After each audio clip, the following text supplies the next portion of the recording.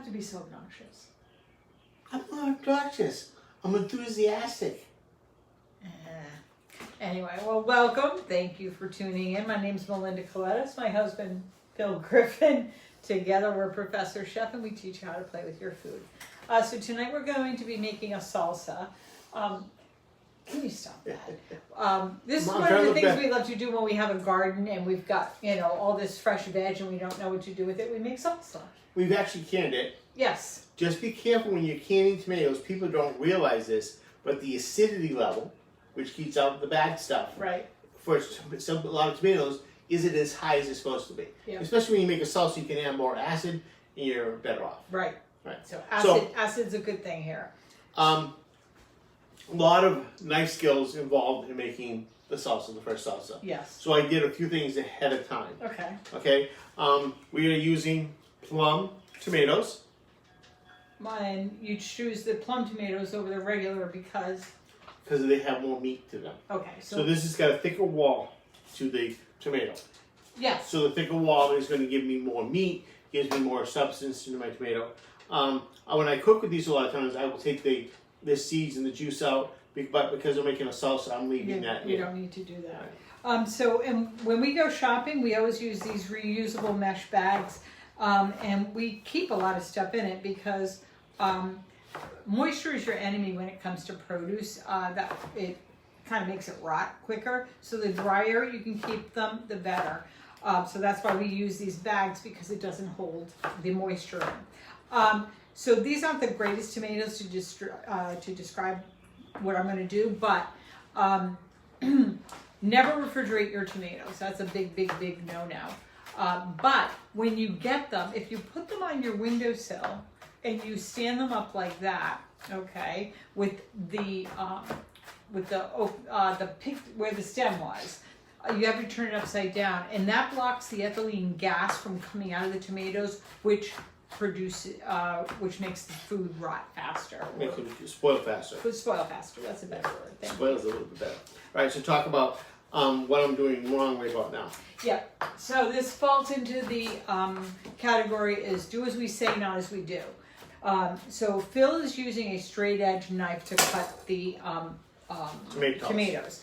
We always recommend that when you're cutting tomatoes or anything that's acid, so that's orange, any citrus, tomatoes, papaya, pineapple, those all have a lot of high acid in it. So if you use a straight edge, it can dull the knife. So if you use dulls it faster. Yeah. So if you use the serrated, it's better. But because he is always gonna show you how to. So this is my knife, and I keep it really sharp. We have a lot of knives in the house, but this is your So go-to this knife. is the steel, and it puts the edge back on the knife. So as you're cutting, it bends the edge. This will help chew it up and make it a little bit sharper. Right. And I keep my knife nice and sharp, and I would never be able to cut the speed that I just did that tomato with this serrated edge. Yeah.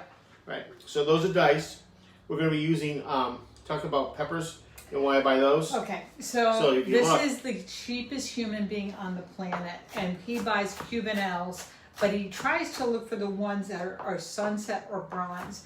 Cubanelles are generally green, but if they leave them on the vine a little bit too long, they have reds and oranges and yellows, and it's color. So that's why he likes Cubanelles, because he can get color. Yeah, so the difference between a green pepper and a red pepper is it's been on the vine longer. Yeah, that's it. In a Cubanelle, it's going to be sweeter, and a jalapeno is going to be hotter. We'll be throwing an onion in. We're going to dice the onion extremely fine. So when you dice the onion, there's little slits going up and down. We do have a video of knife skills and how to cut an onion. So I'll put that, and you'll see the tag up there. And this has got a nice fine dice. Sometimes they tell you to go back and cut sideways this way. Go this way, but we don't really find I don't find a need to. The onions are, if you have a globe onion, a really big one, then yeah, I would do that. But you don't really. We don't need to do it anymore.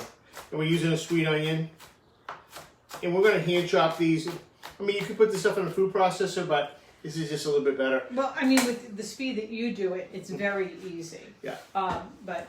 And I hand dice it, I'm going to get less moisture in. That's true too. That's true too. We're doing some garlic. I'll also post a knife maintenance video. I think we have a knife maintenance video, so I'll post that up there as well. Yeah. Whenever we use garlic, when we're cooking with it, by adding heat, we always slice it. We don't mince it. Because when you slice it and you put it in the hot oil, it doesn't burn as quick. It gives you a little bit more wiggle room. So that's why we never use minced garlic. He's using minced garlic in this because we're not adding heat to it. A little bit more. We're not cooking it. There's some onions in it. Are we having a party? That's a lot of salsa. We're gonna have a dance, baby. Oh, I'm not We're dancing. doing salsa dances. No. That's bad. That's bad. Gonna So we got cilantro. bunch it up really nice and tight. A lot of people do not like the taste of cilantro. They think it tastes soapy. And that's a genetic thing. And I'm lazy, so there are definitely stems in here. Am I gonna go through and pick out the stems? Nope. Nope. If they complain about the salsa, don't eat it. We're the only ones gonna be complaining about this one. Fresh thyme, fresh oregano in here would also be nice. I don't know. I like the cilantro. It's a you can add bright. you can add that also. I mean, well, that's what you're doing. But people don't like it. Don't add it. So the last thing I'm going to cut is the jalapeno So why do you leave that for the last? because it will be on my board. Okay. So the heat gets on the board. So that's why we always cut it last.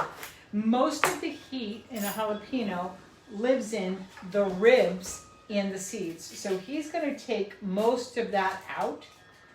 And I normally don't do this with sweet peppers, but I definitely do it with the jalapeno. with the jalapeno. And then as soon as you're done, wash your hands really well to get that oil off. Which It still doesn't help. You gotta Yeah. just be careful. Be careful, yeah. Give yourself about an hour before you touch anything sensitive. So that's eyes, nose, mouth, going to the bathroom. That's enough. So Yeah. just be careful. Well, usually help. But you know what a lot of people do too, and I don't like the kitchen gloves. I don't like wearing gloves when you're cooking for yourself. But if you wear gloves, that would help too. And everybody's got gloves now, so. And then that rocky motion and moving my hands back, I'm able to get a really nice fine dice on this. Yeah. And this one's going to taste good now. It'll taste phenomenal later on, especially tomorrow when all these flavors get to meld together. Yeah. So that's a good thing to do too, is to prep this up, a couple days before, at least a day, if you can. Right. If you can. So now we're going to add a little bit of acid. So we're adding some acid as of lime juice. Acid also brings up heat. So if you've got a lot of jalapenos in there and you add the acid will bring the heat of the jalapenos. And we're going to use up the rest of this honey ginger balsamic vinegar that we have. Which is delicious. And I think it's going to go really nicely with that. Yeah. But you can use Whatever you want. white vinegar or a We cider use that. We vinegar. used a Sicilian lemon yesterday. That would work good in this also. Coriander and cumin. So what's the difference between coriander and cilantro?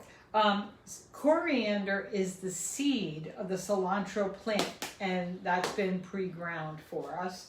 And then this is cumin, and which is it's not spicy, it's smoky. Mm-hmm. It's a little bit of smoke.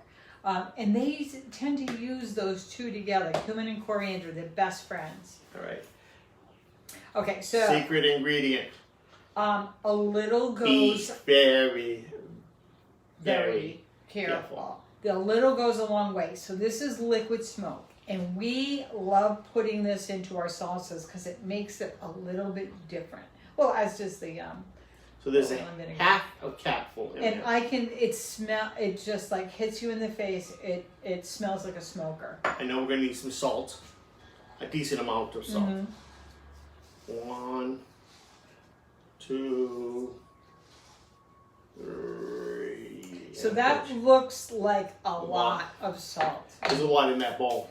There is a lot in the bowl, but how much do you think that was? Oh, that was probably I'd say that was probably about 4 tablespoons 4 teaspoons. Yeah. Okay, so that would be 1 tablespoon and a teaspoon. Yeah. Okay, so that is a lot, but there's a lot of volume in And the this. salt in this application too is going to help draw out some of the moisture. So like in your onions and your peppers, it's going to help make a little bit of a sauce in there. Yeah. So this is it's got some decent color to it. I'm getting there. All right, just wanted to make sure. You know, I'm trying to be careful. I gotta I'm watch you. trying to not make a mess. Oh my God, you make a I'm going mess to the anyway. bottom and bringing it up. Going to the bottom and bringing it up. If you put this maybe in a big Tupperware thing and made sure it was closed right, the kids could shake it. Shake it, baby. Shake it, baby. Oh my God, I love The liquid this stuff. smoke, yeah. Oh my God, I love that stuff. And this is a nice color. Again, I did get some nice fine dice out of this. If you can't dice that good, use the food processor. Yeah, there's nothing wrong with using a food And processor. I like using the fresh tomatoes versus the canned.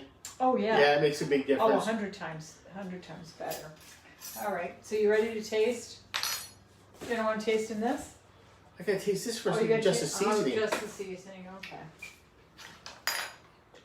Oh, more salt. Yeah. Not much, but teeny bit. There's a lot of salsa in here. So we're gonna eat this with chips. I could put this on top of fish, put on top of chicken, pork. That's a really good idea. Mm-hmm. I think I would like that on chicken. Yeah.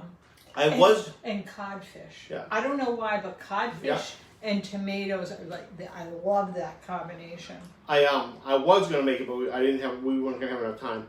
I've made salsa with fruit, like with strawberries and mangoes and other things like that. It's a nice appetizer. Yeah. A little bit of heat. I think you did that for me. Yeah, I did. We did Long it for time ago. Yeah, a long time ago. We did it for a bachelorette party. We did Okay. a strawberry salsa. That's right, We did a sweeter balsamic. Mm. A little bit of the cumin, coriander, cut back on a little bit of the onion, and just a little bit of heat. So you don't have to do as much. But it's another nice way of. There's a lot of different applications for the salsa. Yep. Right. So that's it. All And right. if you look, It's already the juices are already. there's started. already a decent amount of juice in there. So you give this another 2 hours. This will be nice and juicy, and that juice will have a good nice. You know what?